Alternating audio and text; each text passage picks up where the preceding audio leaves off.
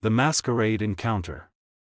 Victoria Nash attends an exclusive charity masquerade ball under an assumed name, Tori Vale, to photograph the event for a prestigious magazine.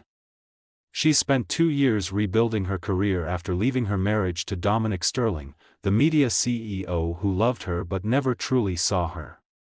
She'd felt like an accessory in his powerful world, her own dreams of becoming a renowned photographer dismissed as a hobby. At the ball, Victoria wears an elaborate silver mask that conceals her identity completely. She's capturing candid moments when she locks eyes with a man across the room, tall, commanding, devastatingly handsome in a black tuxedo and matching mask. It's Dominic, though neither immediately recognizes the other. The magnetic pull between them is instant and undeniable. Dominic approaches, drawn to this mysterious woman with fire in her eyes and grace in her movements. They dance, they talk, and the chemistry is explosive. Victoria tells herself it's just one night, that he'll never know who she is. Dominic, who hasn't felt this alive since his wife disappeared, allows himself to be swept up in the moment. Their conversation flows effortlessly. She challenges his views, makes him laugh, sees him as a person rather than a title. When he suggests they leave together, Victoria knows she should refuse. But something about the anonymity, the masks, the forbidden nature of it all makes her say yes. They end up in his penthouse, and the night that follows is passionate, desperate, filled with a connection neither can explain. In the early morning hours, Victoria sees a photo on his nightstand, their wedding photo, and reality crashes down. She leaves before he wakes, taking only her camera and her heart breaking all over again. Dominic wakes to find her gone, with only a silver mask and the memory of the most incredible night of his life. He's determined to find this mystery woman, having no idea he already knows exactly who she is. The unexpected collision. 3 weeks later, Victoria is hired to photograph the launch of Dominic's new media venture, a magazine celebrating independent artists. She tries to decline, but her editor insists, and Oliver reminds her she can't run forever. At the launch event, she arrives professionally dressed, hair styled differently, hoping to blend into the background of photographers. Dominic is giving a speech when he sees her through the crowd. Something about her presence stops him mid-sentence, the way she moves, the angle of her jaw, something maddeningly familiar. Victoria keeps her camera between them like a shield, but when their eyes meet, the air between them electrifies.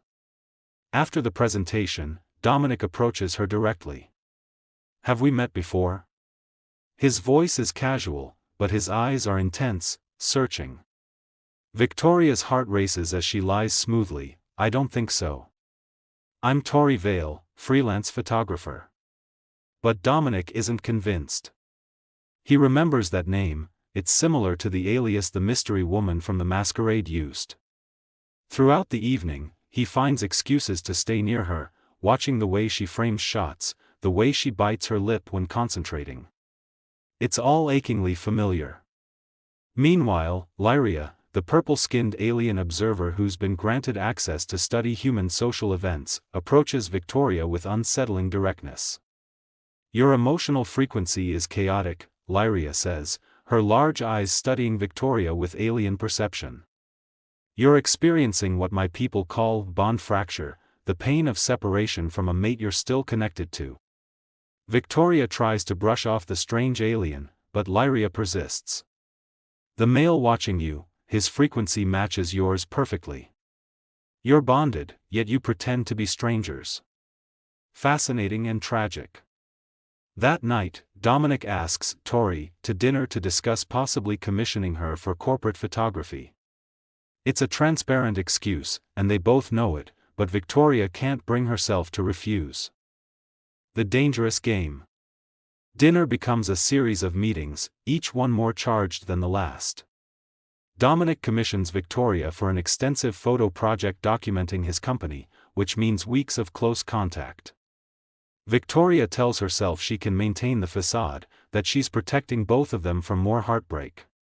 But working alongside Dominic reminds her of everything she loved about him, his brilliance, his passion for his work, the rare vulnerability he shows when he thinks no one's watching. During a late-night photo session in his office, Dominic opens up about his missing wife. "I failed her," he admits, staring out at the city lights. "I was so focused on building something worthy of her that I forgot to actually be present with her. By the time I realized what I'd lost, she was already gone." Victoria's hands shake as she adjusts her camera. Maybe she had her own dreams. Maybe she felt invisible.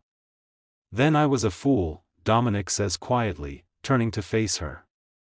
"Because the only thing that matters is the person you love feeling seen." The moment is broken when Cassandra Vale, Dominic's business partner, enters without knocking. She's made her interest in Dominic clear, and she views Tori as competition. "Working late again?" Cassandra's smile is sharp. "How dedicated. Or is it something else?" The tension escalates until Lyria appears, having been granted access to observe the office environment. "Fascinating," the alien says, her purple skin seeming to glow in the office lighting. Three humans in various states of romantic attachment, creating a triangle of conflicting frequencies. Her blunt observation breaks the awkwardness, but also plants seeds of suspicion. That weekend, Dominic invites Victoria to his beach house to photograph a private interview for the magazine.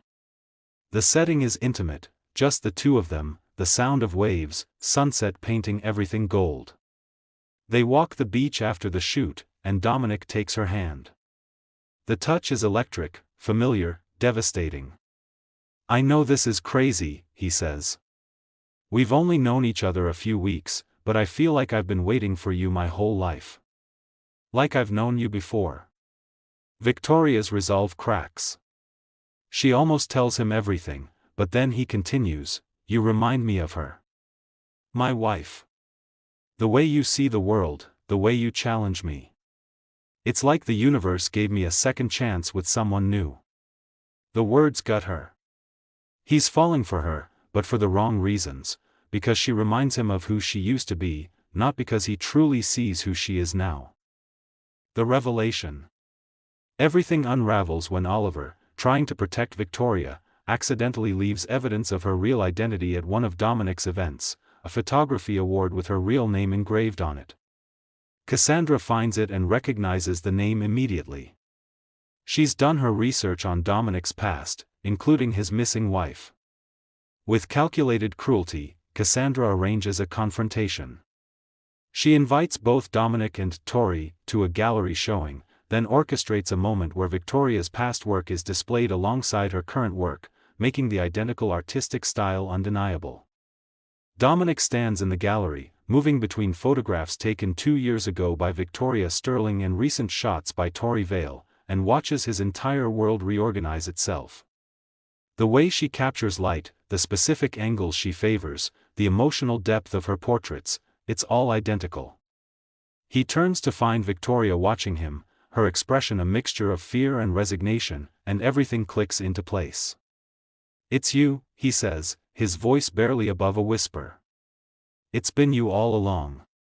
The masquerade, the mysterious woman, the photographer who makes him feel alive, all the same person. His wife, who he's been falling in love with all over again without realizing it." Victoria doesn't deny it. "I'm sorry. I never meant for this to happen." "Meant for what to happen?" Dominic's voice rises with emotion, anger, confusion, hurt, hope all tangled together. "For me to fall in love with my own wife? For you to let me think you were someone else? For you to leave me in the first place without even giving me a chance to fix things?" The gallery has fallen silent, everyone watching the drama unfold. Cassandra stands in the corner with a satisfied smile. Lyria observes with her alien intensity. "I left because I was disappearing," Victoria says, tears streaming down her face. "Because I loved you so much I was willing to give up everything I wanted to be, and I hated myself for it. I had to leave to remember who I was. And now?" Dominic takes a step toward her. "Now that you've remembered? Now I don't know if we can go back. Too much has changed. I've changed. The choice. The aftermath is chaos. The media discovers the story, missing wife returns as mystery woman, CEO falls for her twice. Dominic's board calls emergency meetings about the scandal. Cassandra pushes for Victoria to be removed from all company projects, citing conflict of interest. But Dominic refuses to let Victoria disappear again. He shows up at her apartment with the photos she took of him over the past weeks, every candid shot, every unguarded moment. "Look at these," he demands. "Really look. This is how you see me now. Not as the CEO, not as the powerful businessman, but as me. You see me in ways no one else ever has." That doesn't fix what was broken, Victoria argues, though her resolve is weakening. "Then let's break it further and rebuild it right," Dominic says fiercely. "I fell in love with you twice, Victoria. Once as the woman I married and took for granted. And again as the woman you became when you chose yourself. Don't you see? I didn't fall for you because you reminded me of my wife, I fell for you because you're the person my wife deserved to become." Lyria appears at Victoria's door, having tracked them both through their emotional frequencies. "On my world," she says, "we have a concept, recognition bonding. It's when two people choose each other twice, once in ignorance, once in full knowledge. It's the rarest and strongest bond that exists." She looks between them. "You have been given a gift most species never receive, the chance to choose each other again, with eyes fully open." Victoria looks at Dominic, at the man who loved her enough to let her go, who fell for her authentic self without even knowing it, who's willing to risk everything for a second chance. "I'm terrified," she admits. "So am I," Dominic says, taking her hands. "But I'd rather be terrified with you than safe without you." 6 months later, Victoria's first solo photography exhibition opens, not as Tori Vale or as Dominic Sterling's wife, but as Victoria Nash Sterling, artist in her own right. Dominic is there, but he stands in the back, letting her have the spotlight. The exhibition features a series called Recognition, paired photographs showing the same subject captured two different ways. The centerpiece is two portraits of Dominic, one formal and distant from 2 years ago, one intimate and real from recent months.